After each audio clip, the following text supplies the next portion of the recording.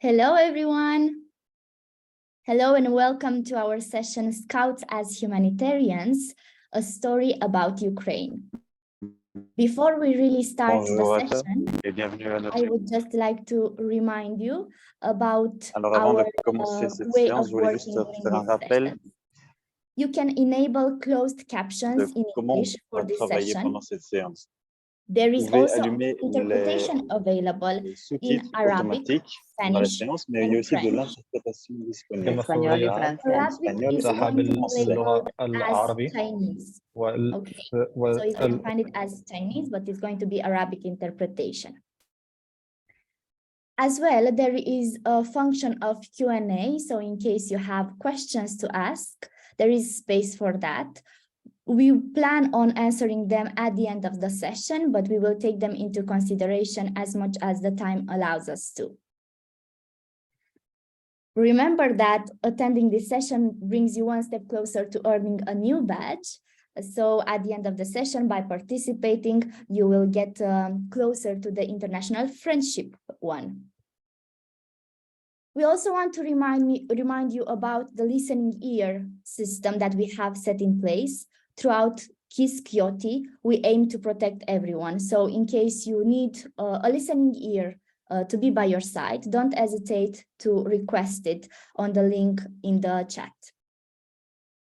Of course, for more immediate or more harmful situations, there is also the option of writing an email to safefromharm@kiscjoti.info, which from there will take you to a more structured system of support.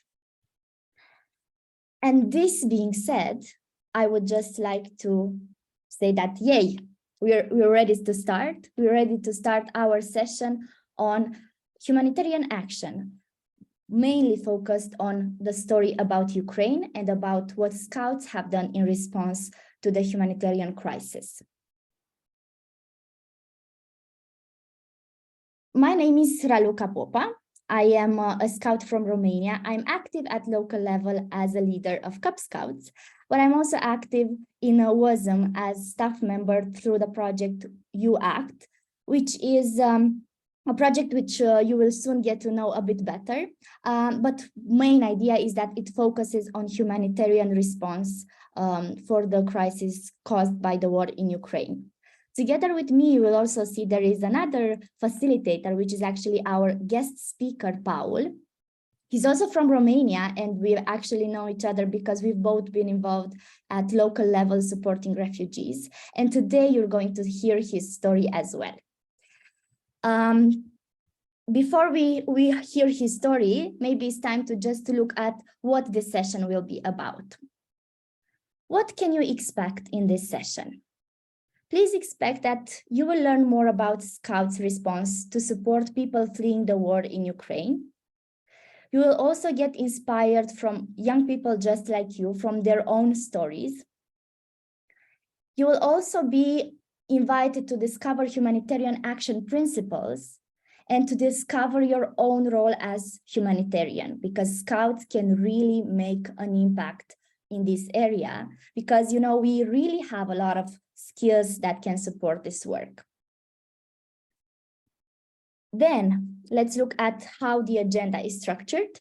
We will have some time to look at and to find out the story of Paul. Then we're going to look at what is humanitarian action and what are the principles standing behind it, as well as how Scouts can be humanitarians involved in humanitarian action.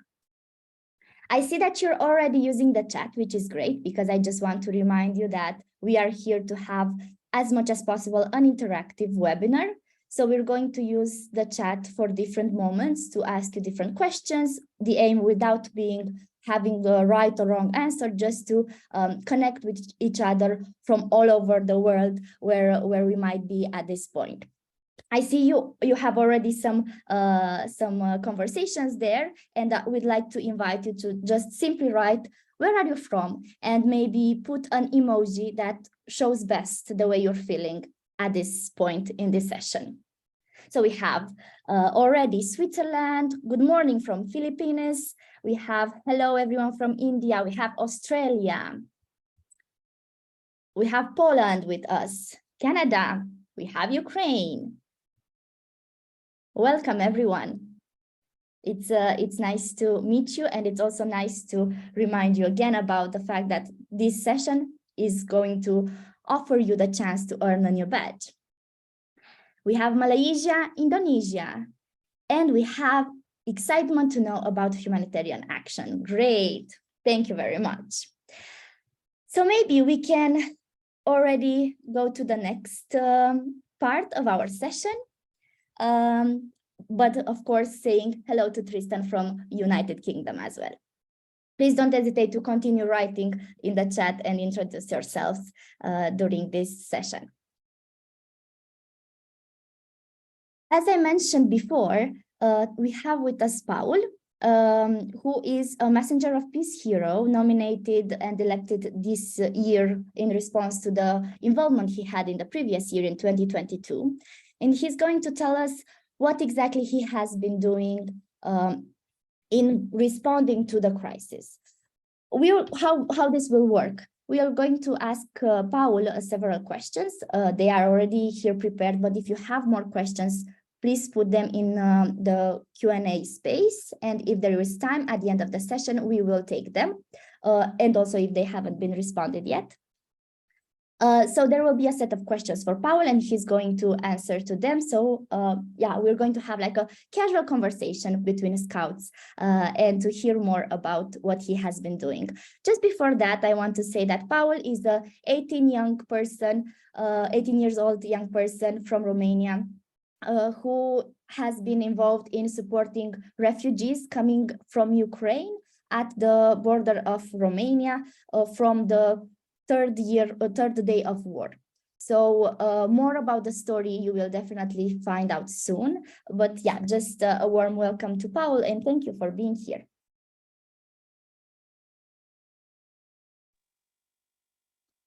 Paul, just want to make sure you hear us right and you're able to answer the next questions. Yes, I hear you. Hello, everyone. Great.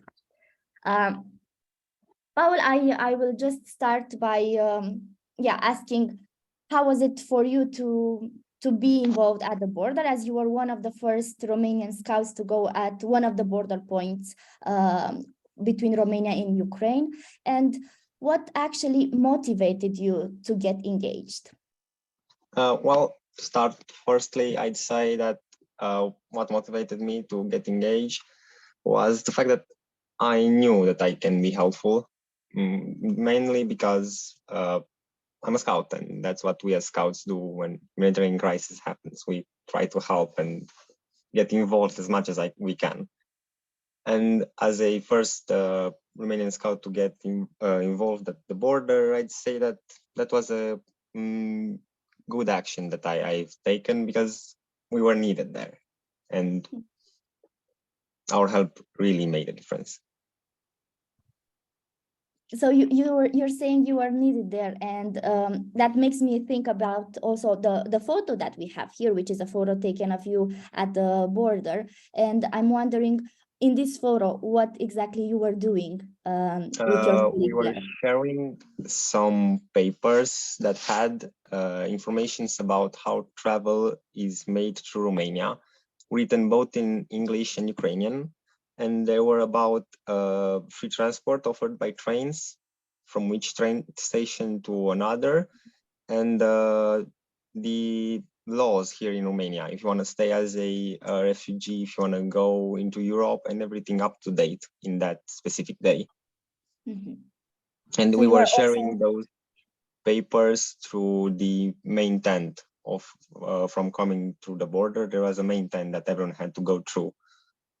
Mm-hmm. Mm-hmm. Okay. And we had some phone numbers there, mainly for the emergency numbers for the police station and the medical, the European number 112, and mainly information about what you can do as a refugee in Romania. All right, so you supported also this part of delivering information support or services. Yes. There will be, of course, the space to talk about the activities that you have done in general. But before that, I would like to know how did you and your local group got engaged? How did you get to the border? And what were you doing there actually? We got to the border after we've received a message from the Ukrainian scouts, cry for help mainly, in which they stated that they want us to help at the border, to help refugees coming in. And seeing that message, we knew that we would be of good use there. So we went together, we were like 8 people, a few scouts and 4 scout leaders. And our main mission was to help with transport and accommodation from the city border into Cluj-Napoca, which is a big city in Romania, in an international airport. Mm-hmm. And for how long have you been engaged in this? We've been engaged for about 2 months, constantly going to the border, constantly meaning almost every day. But after 2 months or so, the Romanian government started taking actions and started doing what we did as scouts, so our help wasn't needed anymore. Mm-hmm. And how did this process of supporting with accommodation and transportation worked? How did you organize yourselves as scouts? We offered transport through other scouts or close relatives, and accommodation was given at either scout houses or the house of scouts, like my house or my leader's house, but mainly in Cluj, not here in Dej. Mm-hmm. And we were giving transport to people mainly coming to Cluj-Napoca. The other people going to Bucharest or other big cities in Romania were helped by scouts in those zones, those areas. So you are saying that it wasn't just you, the 12 scouts, as you said, you were a small number of people, but you used your network of acquaintances, yes, family, and other scouts as well. I'm wondering how was your family involved in this, if there was any involvement? Yes, my mom was involved in this action because she's a fluent Ukrainian speaker, and she helped us with translation, because it was very hard to communicate with Ukrainians because not everyone knew English, and even the ones who knew English weren't really, it wasn't really easy to speak with them because they were scared and they were not in the mood to say like that, to talk about what they want to do, especially in a foreign language. But seeing my mom there as a translator helped with the situation and made it easier for them. Mm-hmm.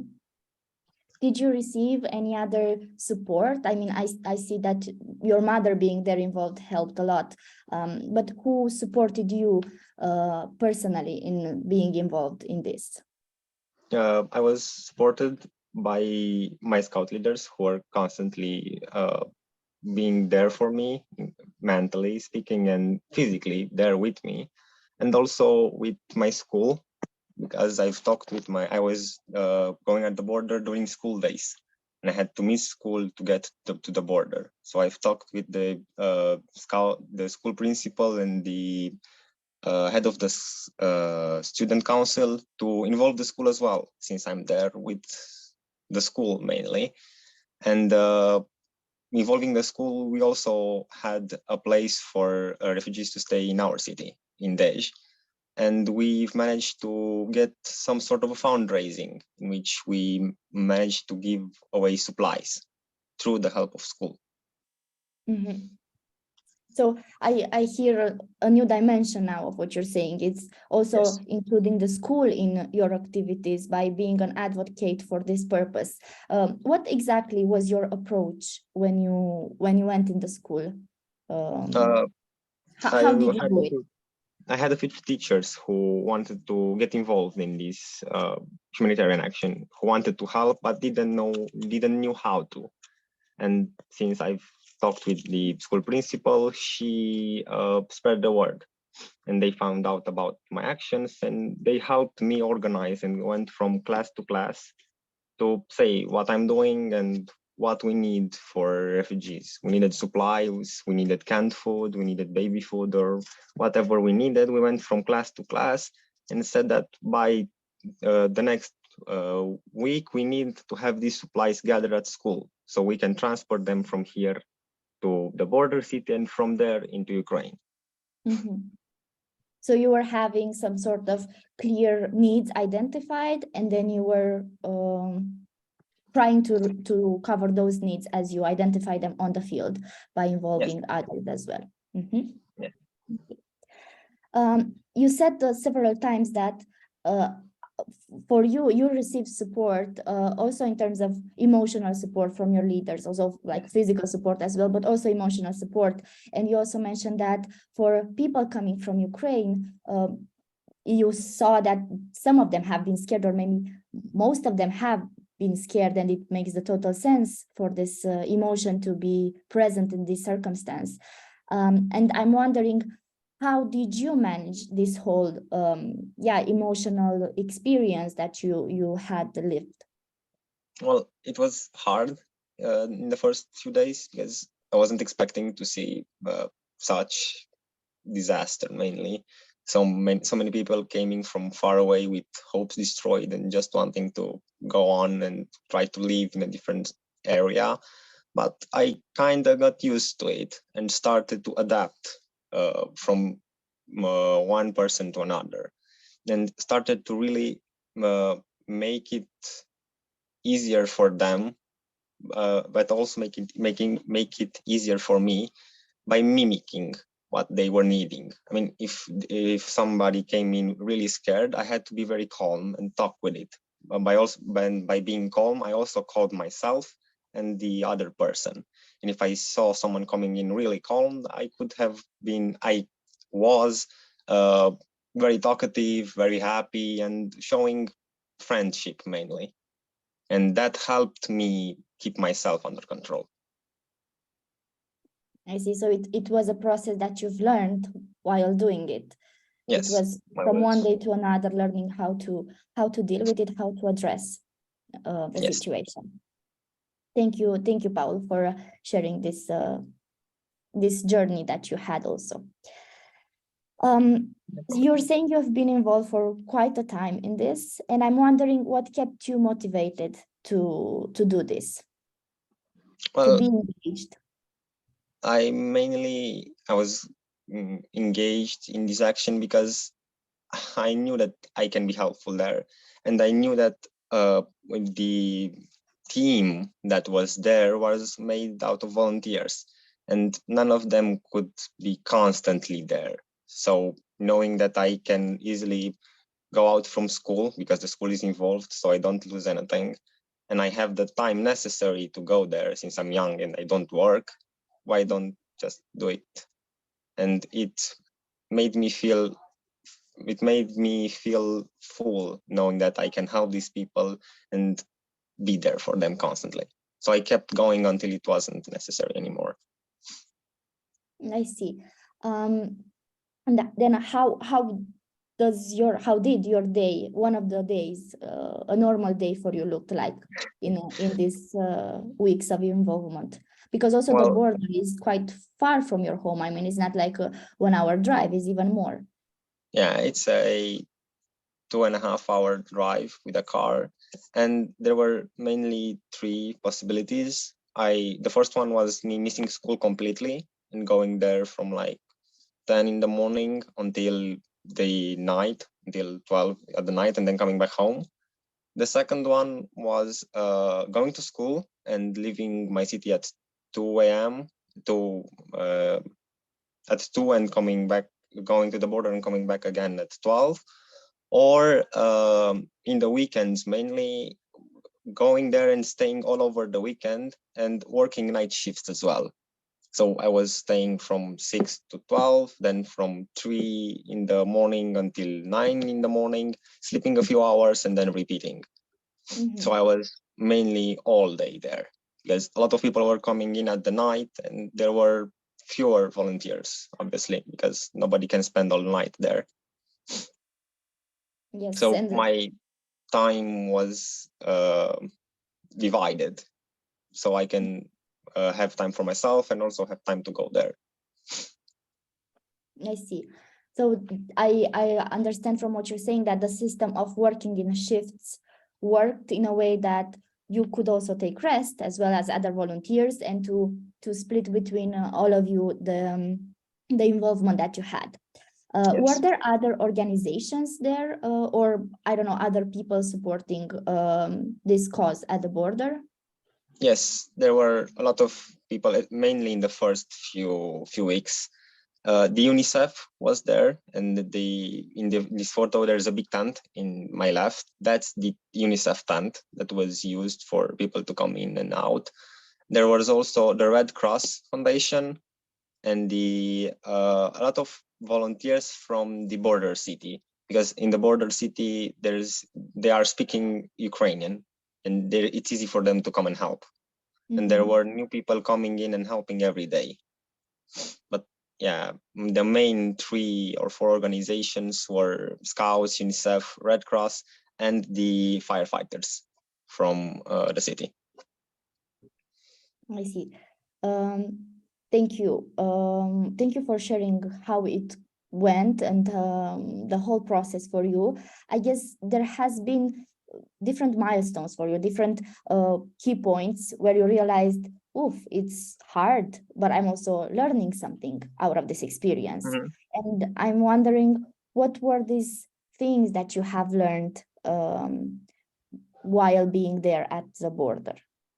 Well, I think that the biggest thing that I've learned was patience. Yes, I had to be very patient with everyone, because a lot of these volunteers that were working there were not prepared for something like this, and they didn't know how to work in a team or how to manage themselves or how to do things together with the others. So that's where we as scouts stepped in and showed them how we do things, to give the power of example. And they just copied us and how we do things. And I had to be very patient with everyone who came in and needed some time to talk, because a lot of, especially young people, coming by themselves, like teenagers or young adults, really didn't want to leave their homes. They didn't want to leave the city as well. And seeing another young adult there, they just wanted to talk. And I've spent a few times just talking with people and making sure everything's okay for them, both mentally and physically, there at the border. And while we wait for our transport to come in, we would just spend time together. So yeah, patience would be the most useful skill that I've learned there. Would you say that providing support in such context is not only offering the basics from food to accommodation, travel support, and so on, but it's also being available to sit, listen, truly listen to what the person has to say? Would you say that this is something that was needed in this situation? I wouldn't say really needed, but necessary, because most people really needed to break the loop of running away, of constantly being on a rush and not knowing what to do, what's happening, who's helping, where am I going? Just sit down and relax, talk for a while, break through everything. Yeah. So offering this support can really make a difference, can really offer more clarity to the person in a situation of vulnerability towards what is happening next, right? Yes. So you were saying, sorry, please continue. Yeah, it's fine. Yeah, okay. You were saying that patience is one of the things that you have learned. Are there like top 3 lessons that you found in this engagement? Top 3 lessons that you would like to share with all the scouts attending this webinar now? Yes, the first one is not all things are going to go according to plan. there are a lot of external factors coming in, especially in these kind of situations. You don't really know what's happening or who's going to come in or who's not going to come in. And I had a message knowing that there were 9 people coming in and just 1 showed up. And I was shocked. I didn't know what to do. And I had to make sure that the other 8 were also coming, because it threw me off guard. I didn't expect it happening. So things not going according to plan is something that will happen a lot of times, and you will have to adapt on the spot and know what to do. And I didn't really knew what to do, but I just went with the flow and things solved by themselves. Another lesson that I would say I've learned is to always stay calm, no matter what happens, no matter what comes in, no matter who comes in and asks you to do something. You have to remain calm and keep yourself together. Because if you fail to keep yourself together, if you get agitated, if you start to get scared, the people around you will see that and they will start losing their trust in you. And the next lesson would be, even if they already have trust in you, they're still scared.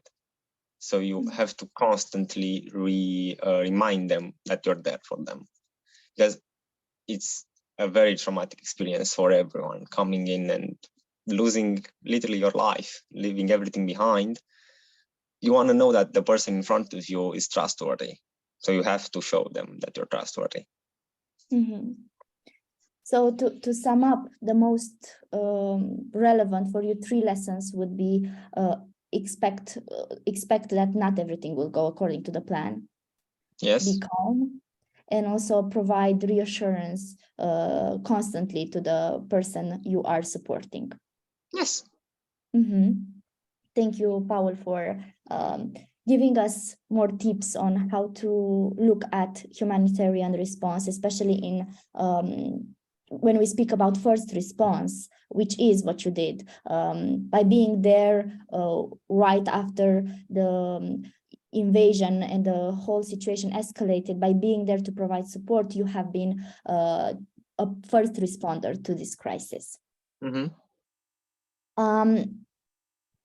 I would also like to know, because we have many people here with us today, what advice would you give to other young scouts who would maybe like to be involved in a humanitarian action, who feel prepared, or who feel maybe not really prepared, but eager to learn how to do it, just like you have done it, learning to do it while doing it?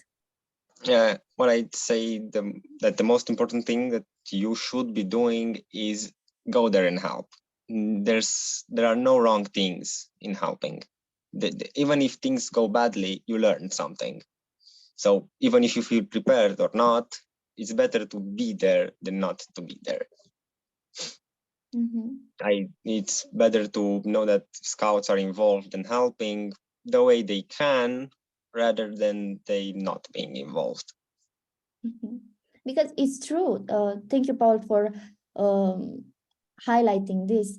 We are not superheroes, but we definitely have the capacity to make a small change, to bring a small contribution. And the small contribution is more than no contribution. And I think that's the fact that you have brought contributions in this area has been also recognized officially as well, while by receiving the Messengers of Peace Hero Award. And I want to ask you, as a Messenger of Peace hero now, what connection do you see between scouting and peace? I think scouting is directly related to peace, because it's hard to think of a world where scouts exist, but there is no peace, because that's what we as scouts try to do and have in our hands: peace and equality for everyone. So they go hand in hand together, and they can't go one without the other. And if there is one, there will be the other. Mm-hmm. Well, it's a good reflection to have. If there is one, will be the other. Yes. Thank you, Paul, for answering these questions. I also noticed that we have a few questions in the chat. I will try to see if we are able to take all of them, just being mindful of time. There is a question about what was the best thing about helping everyone for you? I think the best thing that I've personally felt was fulfillment, knowing that I could help all 30 people coming in and that none of them were left on the side, that I could do the best that there was to make everyone feel included. Thank you, Paul, for giving us an example of what leaving no one behind actually means. Mm-hmm. There is also another question about from Clara still, which is who is asking, do you still have contact with people you have helped? Have you become friends with people through this experience? Yes, I still have contact with somebody who came in. It was a person coming in right after the attack on Kiev, and I've talked with this girl constantly since the first day that she got my number and we called each other until yesterday or a few days before, when we still had a small conversation between each other. So yes, I still have some contacts with people that I helped, and we're still friends. Absolutely. This can also be such a genuine way to connect with people truly, because we are there for each other with best intentions. We'll take another question, and it will be the last one. If there will be more time at the end of the session, we will end more questions, we will look at them. And the last question is from Tristan, asking, was it scary for you? Well, for me, it wasn't that scary, since I was in control of what was happening and who was coming in and going to Cluj and who was coming in through us. So I wasn't really scary. It wasn't really scary for me at all, but it was scary for everyone else around me, including the other volunteers who were not knowing what was happening, to the refugees who were seeing the volunteers scared of not knowing what was happening, and it was just a disaster. So I just had to take matter in my own hands and start organizing people around. It's not like giving orders, but started to be a leader for everyone there, including refugees, including volunteers, including everyone, to show them the stability that they were missing. Thank you, Paul. I think this is a good conclusion to end this conversation, that it's important to show stability and to take the initiative, because people are willing to help. Most of the people are willing to help. It's just a matter of figuring out how to do it and the best way to do it. And the fact that you have created the bridge through which other people could be involved is something that we really need to reflect on and to take as a lesson for the future. Yes. Thank you, Paul. Thank you for being now with us. I would like to continue talking about what Scouts are doing still in response to the humanitarian crisis caused by the invasion. And I will do that by mentioning the project UACT, Scouts in Humanitarian Response for Ukraine. This is a project that started in April 2022 as a response to the obvious crisis we were talking about, in partnership of WASM and UNICEF. There have been involved countries neighboring Ukraine, and they are still involved. These countries are from east to west, let's say, and north: Moldova, Romania, Hungary, Slovakia, Czech Republic, Poland, Lithuania, and Latvia. Of course, also Ukraine is part of the partnership, so there is an ongoing informed process on what activity to happen next for the best response to the needs of internal displaced people and as well as refugees. Why a partnership with UNICEF is because, as Paula has also mentioned, there are many volunteers, especially scouts, in the situation who are able to help. Is a matter of how exactly to help. And UNICEF has the expertise in providing humanitarian support to people and to young children. So that's why this partnership has happened, which has led to a big impact. And I'm going to show you in numbers what the project means as of yesterday, 25 of February. Over 1 million Ukrainian people fleeing Ukraine or internally displaced in Ukraine have been supported by Scouts activities. Which are the Scouts activities? Well, they can be different from educational activities, receiving Ukrainian Scouts and Ukrainian children in camps, to all these support activities and actions that Paul has mentioned. Out of this over 1 million people, over 400,000 are children and young people. And in order to provide this support, there has been over 27,000 scouts involved, and one of them being Paul. And I just want to point out that Paul has so many stories to share with us based on his experience. And look what a big contribution he had brought. And consider now, while looking at this number of over 20,000 scouts being involved. I think this is really showing the potential of scouts to get involved and support anytime a humanitarian crisis is happening, but as well as when people are in vulnerable situations and they need support.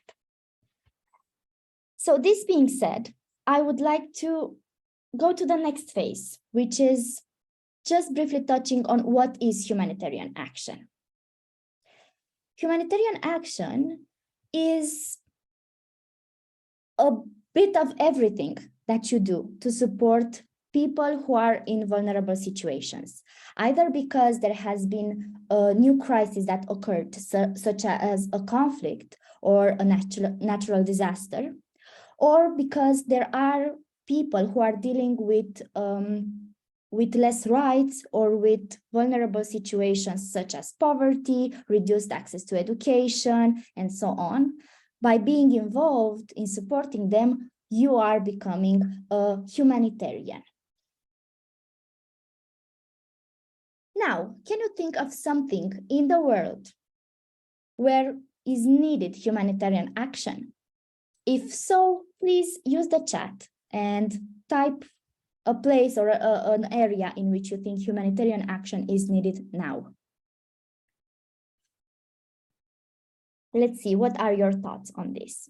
I just want to remind you, there is no right or wrong. We're just having a sort of conversation through this webinar.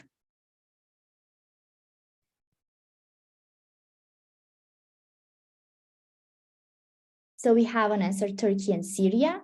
And I'm assuming this is, but Clara, correct me if you have something else in mind, is about the earthquakes that happened. And indeed, maybe you've seen scouts have been already, and from day one, involved in supporting, either through fundraising, through educational activities, because they would boost morale, as well as to offering all sorts of support in the humanitarian camps that have been set around the affected areas. We also have Nigeria, we have Lebanon in Africa. Thank you. We have also another mention that humanitarian acts are needed in order to rise literacy rates. That's exactly what we were talking about, the need of people in vulnerability to improve their situation. And this is one of the examples that by increasing the literacy rates, people would get more access opportunities to education and to a better life. We also have Yemen mentioned. Thank you very much.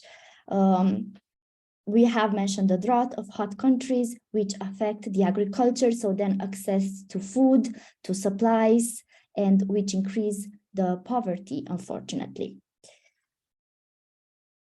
I will go now to and we'll let you to continue brainstorm on this idea of the previous question, but I will move now to what are the core principles in humanitarian action, because we as scouts, when we get involved in humanitarian action, we follow some principles. And one of these is neutrality. There are 4, okay? The first one is neutrality, and it refers to the fact that by being involved in humanitarian action, we are not taking any sides. Humanity. We are doing humanitarian action for the humans in suffering, for the people who need support.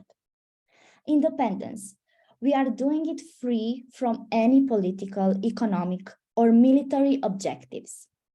Lastly, we are impartial because we do not discriminate, yet we offer support to anyone who needs it equally.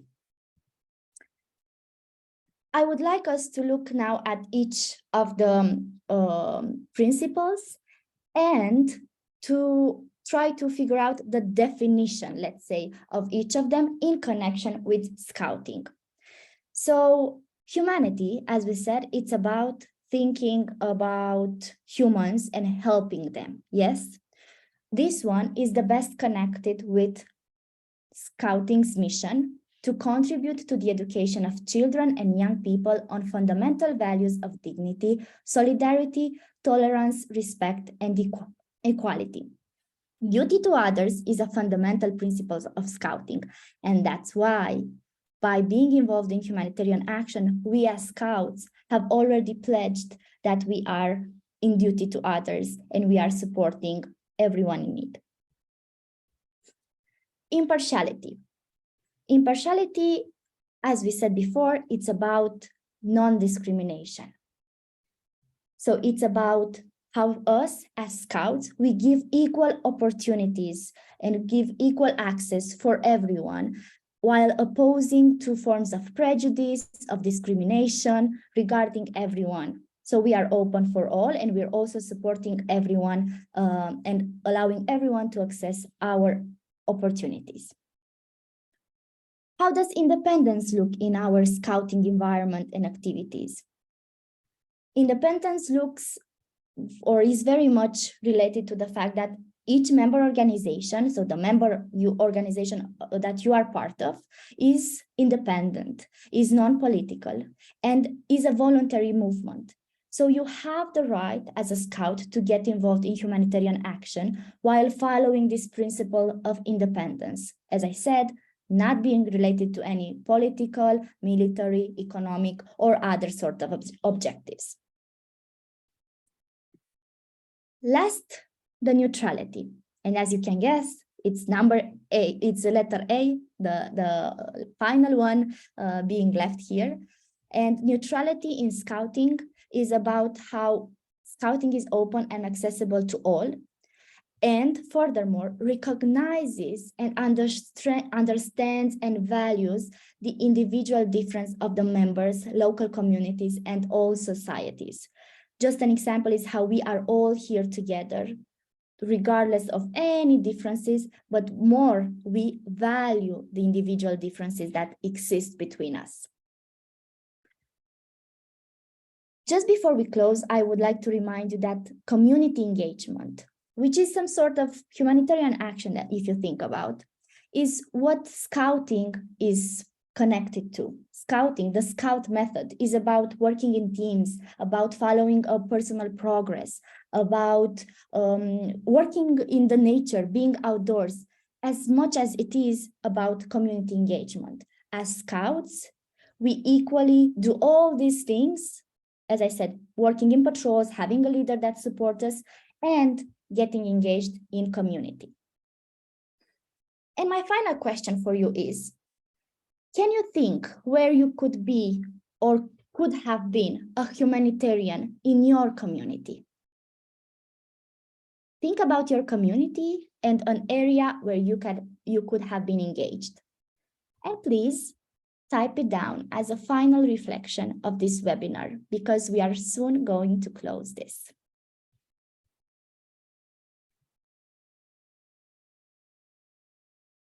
Also, Marcos, my colleague, has put in the chat the link to earn the badge for being here at the session of Scouts as Humanitarians.